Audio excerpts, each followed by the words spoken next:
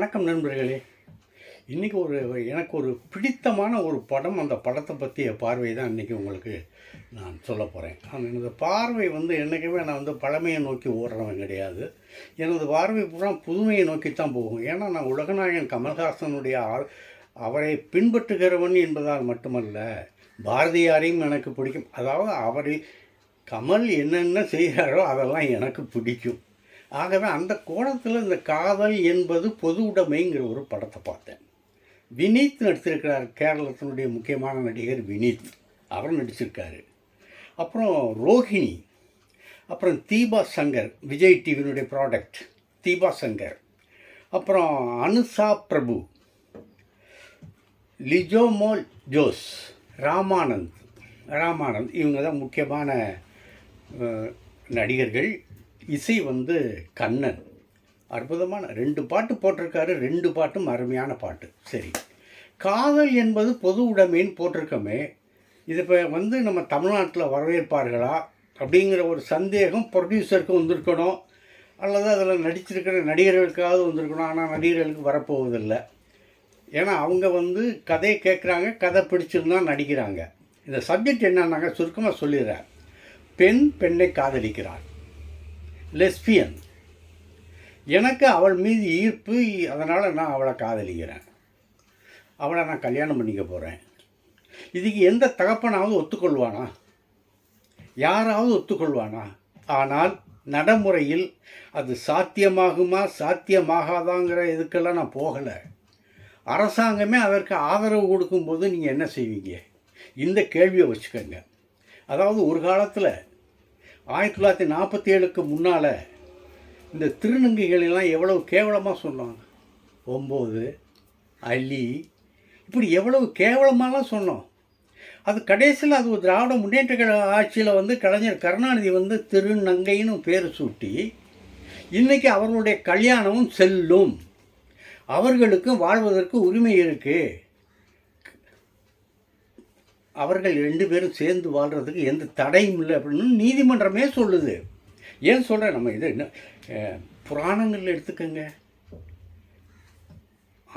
ஆண் விரும்பலையா, பெண்ணை விரும்பலையா?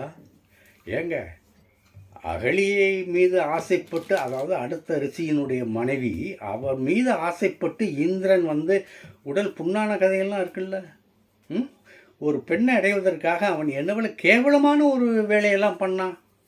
அதெல்லாம் இந்த சமூகம் ஏற்றுக்கிட்டு இருக்கும்போது ஒரு பெண்ணை காதலிப்பதை கல்யாணம் பண்ணுவதை ஏற்காதா? இதுதாங்க கதை. இதில் இந்த கதையில் நம்ம ரோஹிணி, வினீத் அவங்க பிரிந்து வாழ்கிற தம்பதிகள். அந்த பிரிந்து வாழ்கிற தம்பதிகளுக்கு ஒரு குழந்தை, ஒரு பெண், முற்போக்கு சிந்தனை உள்ளவள். இவ இன்னொரு பெண்ணை விரும்புகிறாங்கிறது அந்த அம்மாவுக்கு, ரோஹிணிக்கு தெரியாது. இது தெரிஞ்சு செய்கிறது இல்லையே. இப்போ இந்த ஜாதி விட்டு ஜாதி கல்யாணம் பண்ணுறாங்கல்ல, அவங்க காதலர்கள் இருக்காங்கல்ல, இந்த ஆணவ கொலை நடக்குதில்ல, அதெல்லாம் தெரிஞ்சால் இது பண்ணுது. கல்யாணம் பண்ண பிறகு தானே நீ யார் தூக்கிட்டு போகிற? அதே மாதிரி தன் மகள் ஒரு பெண்ணை விரும்புகிறா. அந்த பெண்ணை கூட்டிகிட்டு இவளை தான் நான் கல்யாணம் பண்ண போகிறேன். அதுக்கு எப்படி ஒரு ஆணை காதலிப்பதாக அம்மா நினச்சிக்கிட்டு இருக்கா. ஆனால் ஆணை நான் காதலிக்க, அவன் என்னுடைய நண்பன், நான் காதலிப்பது இந்த பொண்ணை தான் அப்படின்னு அந்த பொண்ணு சொல்கிறான். அந்த பொண்ணு சொல்கிறதுல ஒரு கட்டத்தில் லிப்லாக் பண்ணுறா. என்ன, எங்கள் காதலை நீங்கள் ஏற்றுக்க மாட்டீங்களா அப்படின்னு ஓடி போய் கட்டி அணைச்சி உதடு முத்தம் கொடுக்குறா. அந்த இடத்துல இவர்களால் எதுவும் செய்ய முடியல. அம்மா துடிக்கிறா, ரோஹிணி துடிக்கிறாங்க. இது தாங்க கதை. இந்த கதையினுடைய முடிவு என்ன ஆகுது? அது நல்ல சஸ்பென்ஸு. அதாவது டைரக்டர் யாருன்னு சொன்னால், நம்ம ஏற்கனவே அந்த படங்கள்லாம் பண்ணியிருக்காரு. நம்ம ஜெயபிரகாஷ் ராதாகிருஷ்ணன் ஏற்கனவே 2 படங்கள் கொடுத்து ஒரு புதுமையான சிந்தனை உள்ளவர் தான். அவர் எழுதி இயக்கி இருக்கிற கதை. இதில் இந்த லிஜோமோல் ஜோஸ் அற்புதமாக நடிச்சிருக்காங்க. ஒரு பெண் இன்னொரு பெண் மீது காதலிப்பதை தத்ரூபமாக கண்களில் அம்மாவோட வாதம் பண்ணுற இடமெல்லாம் இருக்குது, ரோஹிணியோட வாதம் பண்ணுற இடமெல்லாம் இருக்குது, ரொம்ப சுவையாக இருக்குது. ஆனால் ஃபஸ்ட் ஸ்டாப் இருக்குது பார்த்தீங்களா, இந்த ஃபஸ்ட் ஹாஃப் வந்து கொஞ்சம் ஒரு ஸ்லோவாக போகும். காரணம் என்னென்னா, ஒரு குறிப்பிட்ட பாத்திரங்களே வந்து போவாங்க. ஒரு 3 பாத்திரங்களே திரும்ப திரும்ப வந்து போகும்போது நமக்கு ஒரு ஸ்லோனஸ் தெரியும். ஆனால் அதை நீங்கள் அந்த திரைப்படம் வந்து பரிசு வாங்கின திரைப்படம், உலக போட்டிகளில் பரிசு வாங்கின திரைப்படம்னா நீங்கள் புரிஞ்சுக்கங்க. நான் அதுக்கு மேலே சொல்ல விரும்பலை. ஆனால் இந்த படத்தினுடைய கருத்து எனக்கு பிடிச்சிருக்கு. இதை பிடித்தவர்களும் நிறையா இருப்பாங்க. சரி, இந்த லிஜோ ஜோஸ் தன்னுடைய காதலை சொல்லும்போது அடி வாங்குறா.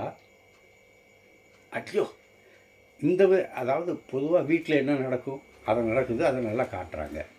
ஆனால் இந்த காதலுக்கு வீட்டில் வேலை பார்க்குற தீபா சங்கர், அதாவது இந்த விஜய் டிவி ப்ராடக்ட் இருக்குல்ல, ஒரு அம்மா குண்டா வருவாங்கள்ல, அவங்க ஒரு வேலைக்காரி கிறிஸ்துவம்மா.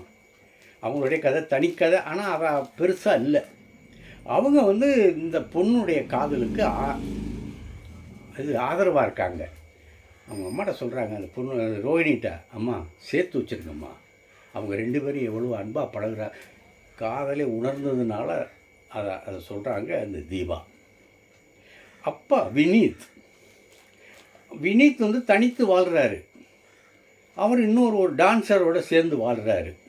அதுக்கு காரணம் தனி காரணம். அது இங்கே நம்ம கதைக்கு சொல்ல வேண்டிய அவசியம் இல்லை.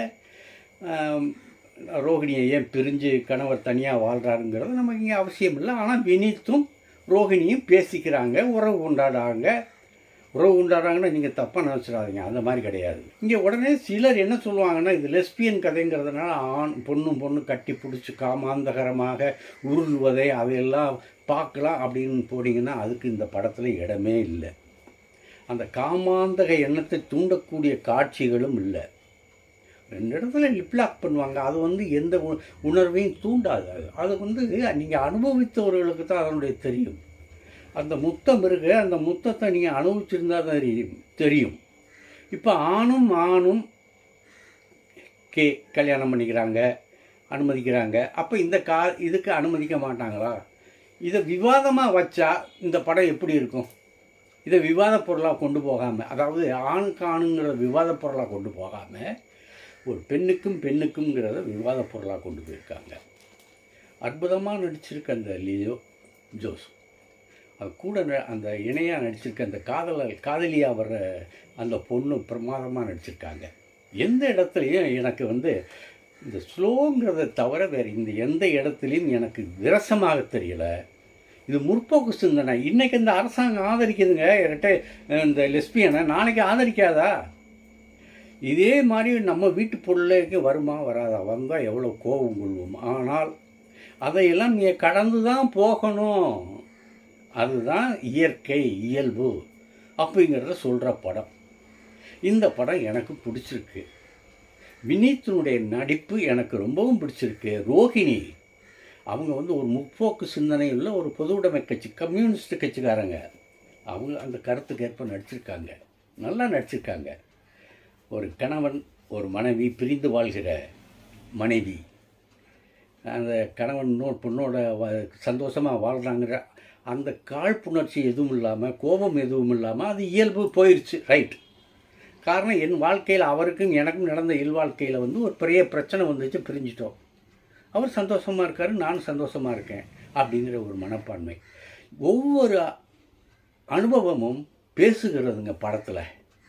அந்த கதையில் வர்ற கேரக்டர்களுக்கு ஏற்படுகிற அனுபவங்கள் இருக்குங்கள, அது பூரா அப்படியே பேசுது. இந்த படம் பார்க்க வேண்டிய படம்.